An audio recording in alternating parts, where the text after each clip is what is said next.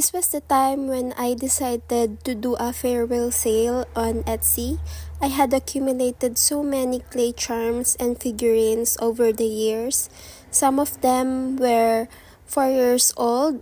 I also had newer pieces, but they weren't selling as quickly as I hoped.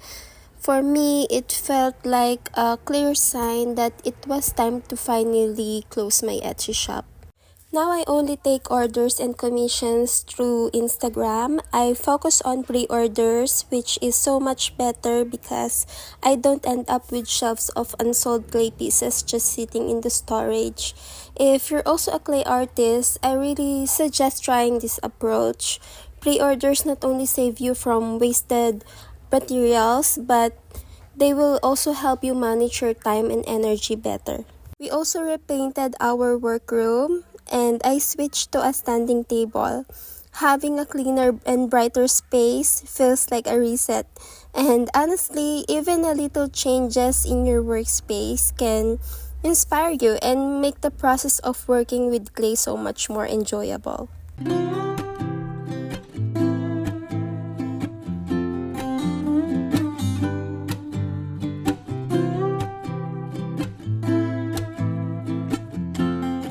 First.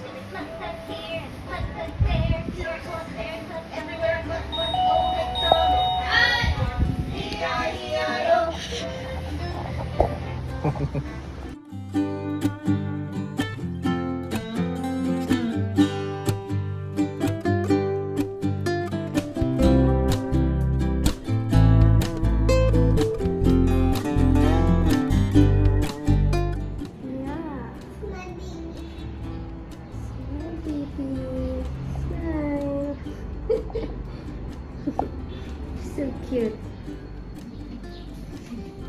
This is all my clay. There. This one. I removed those aesthetic drawers again because they were really frustrating. They looked nice, but the drawers weren't actually usable. I honestly regret buying them. These plastic Dura boxes are so much better.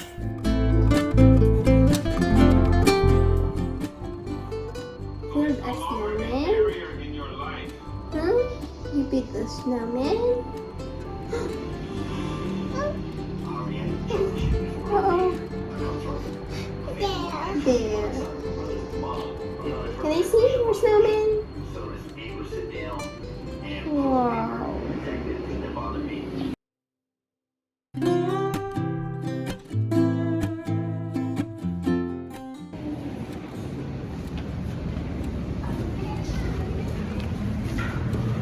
Ano oras na?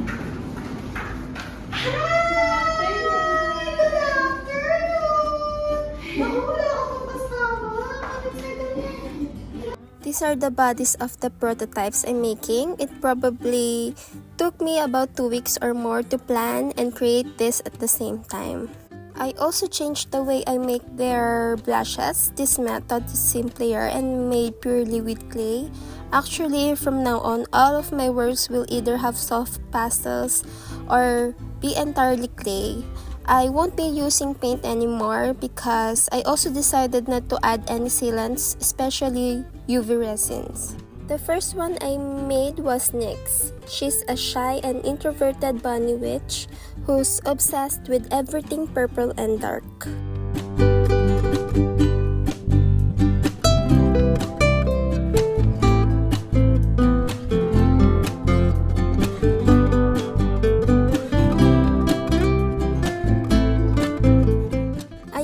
Changing her design later. Usually when I create designs, I just go straight into sculpting whatever I imagine without even sketching first.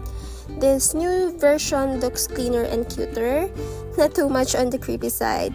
I also changed her blush to an orange shade so it fits better with the overall colors. I actually changed a lot of things. Honestly, I'm more drawn to cuter designs, though I really enjoy making creepy pieces too, but of course, for this figure collection, I decided to keep it on the cuter side. I'm sculpting a little pumpkin that will go with Nyx. Since this one's for Halloween, I wanted the pumpkin to feel a bit magical but is still cute. I start by shaping the round base and adding the pumpkin ridges. Later, I'll make a cleaner version with leaves on top, and I just realized I forgot to add the ears to the bunny. Nyx feels like the type who's always keeping little secrets, quietly working on her craft. But behind that calm personality, she's incredibly talented and deeply competitive. She's always pushing herself to be better, even if she doesn't let others to see it. I think the pumpkins are the perfect accessory for Halloween-themed pieces. They instantly give off that spooky but cozy vibe. Pasok na po ako, sabi mo. Sige, go. Pasok na. Let's go. Para ka lang nakapatulog.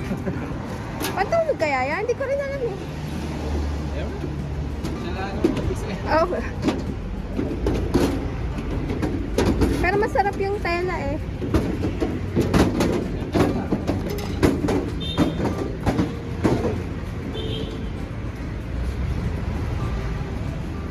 Oh no, inapasok ka na. Bye-bye, Yuning.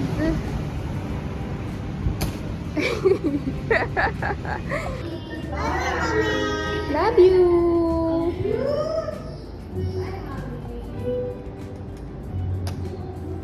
Next is Maria. She's an extroverted and caring bunny mom who radiates warmth and kindness. This one is actually inspired by my own mom.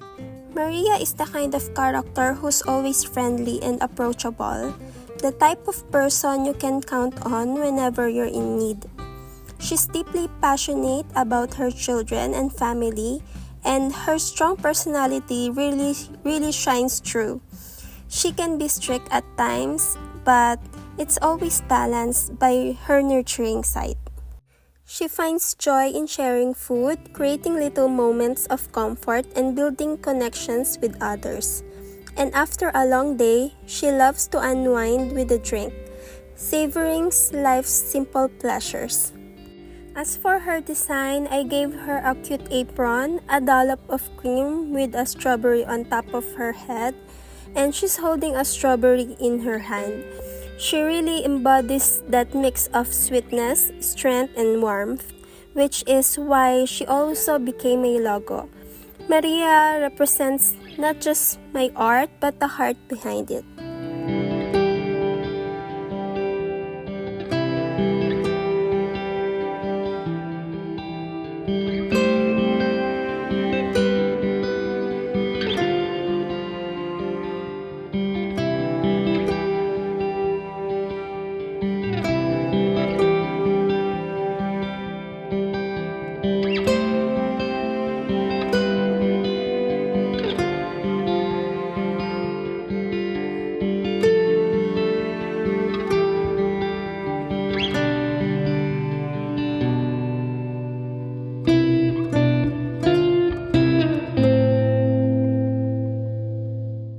This is Yume, a bunny who finds comfort in her matcha drinks and her beloved bunny plush, which she always carries as her safe space.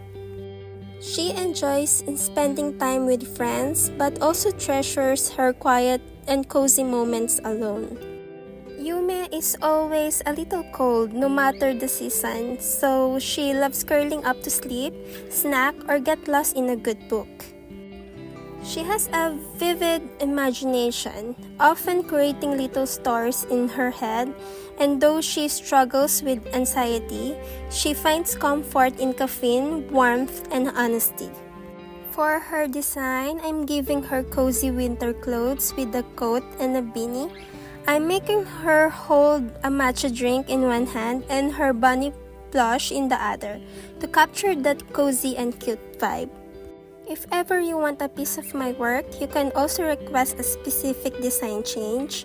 For example, in this recent piece I made for a local client, she asked me to change the drink to coffee and the plush to a teddy bear.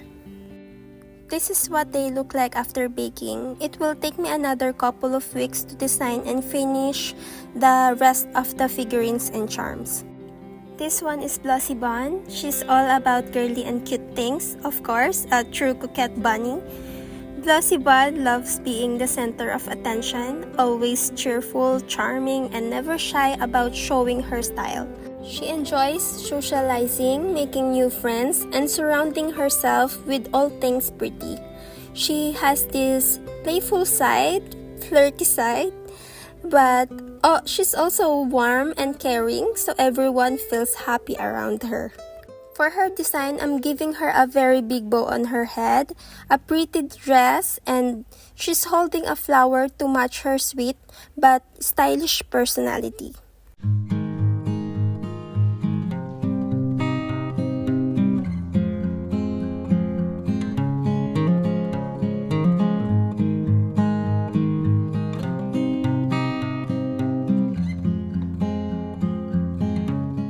Next is Graham, my fiery but warm-hearted chef character. He's an orange cat with a big personality, passionate about food, and proud of creating dishes that bring people together. In the kitchen, he can be strict and competitive, but outside of work, he's playful and really charming. He loves experimenting with flavors, has a bit of temper when things go wrong, classic ginger energy. But deep down, he's generous and loves feeding others. He also values creativity, family-style meals, and the joy of sharing food. For his design, I'm making him wear a chef's outfit, of course, while holding a fish in one hand and a spatula in the other, to capture both his love for cooking and his bold personality. Do, re, mi, fa, sol, la, ti, do. Ikaw nga. Ikaw nga.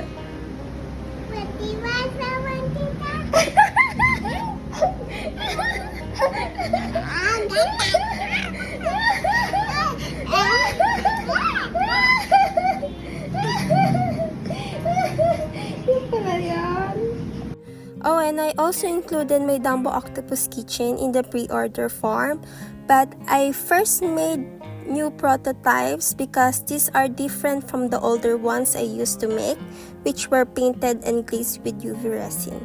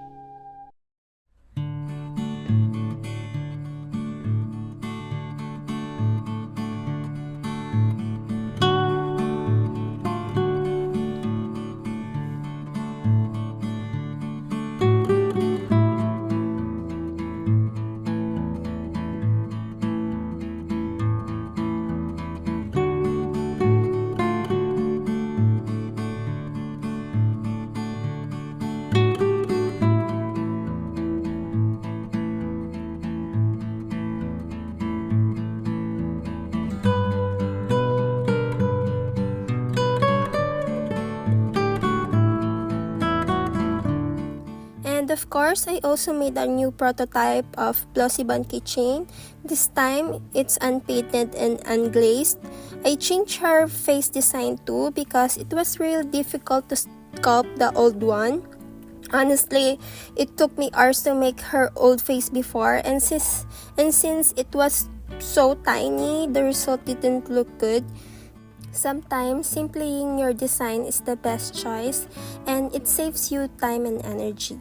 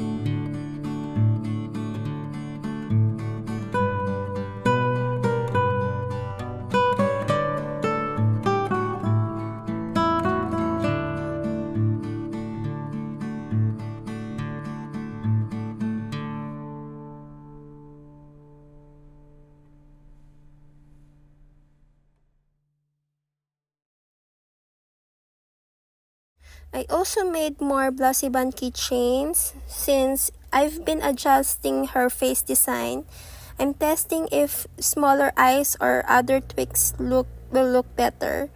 The one on the left, I'm actually using it as a phone charm just to see if it can really hold up to everyday use. As for Bancha, the design is super durable. I've tried and tested it on my own phone for 2 months and it's held up perfectly. This one is Bancha. It's my favorite keychain so far, mostly because I really love the matcha and strawberry combo. The design itself is super simple and it looks so aesthetic, especially as a phone charm. It's just really cute and minimal, but it is also very durable. Here's how the Dumbo Octo turned out after baking. It looks adorable and I actually find the mooning pattern really unique, but I'm still not sure if I want to sell it this way.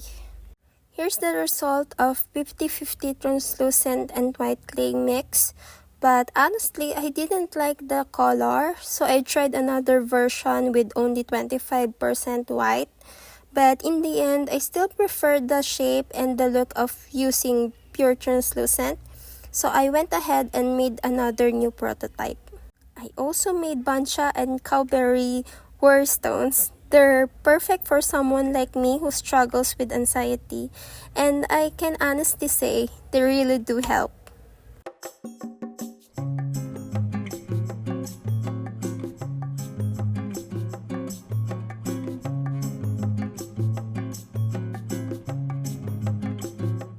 If you want to order or commission me, the link to my pre-order form is in the description. Thank you so much for watching.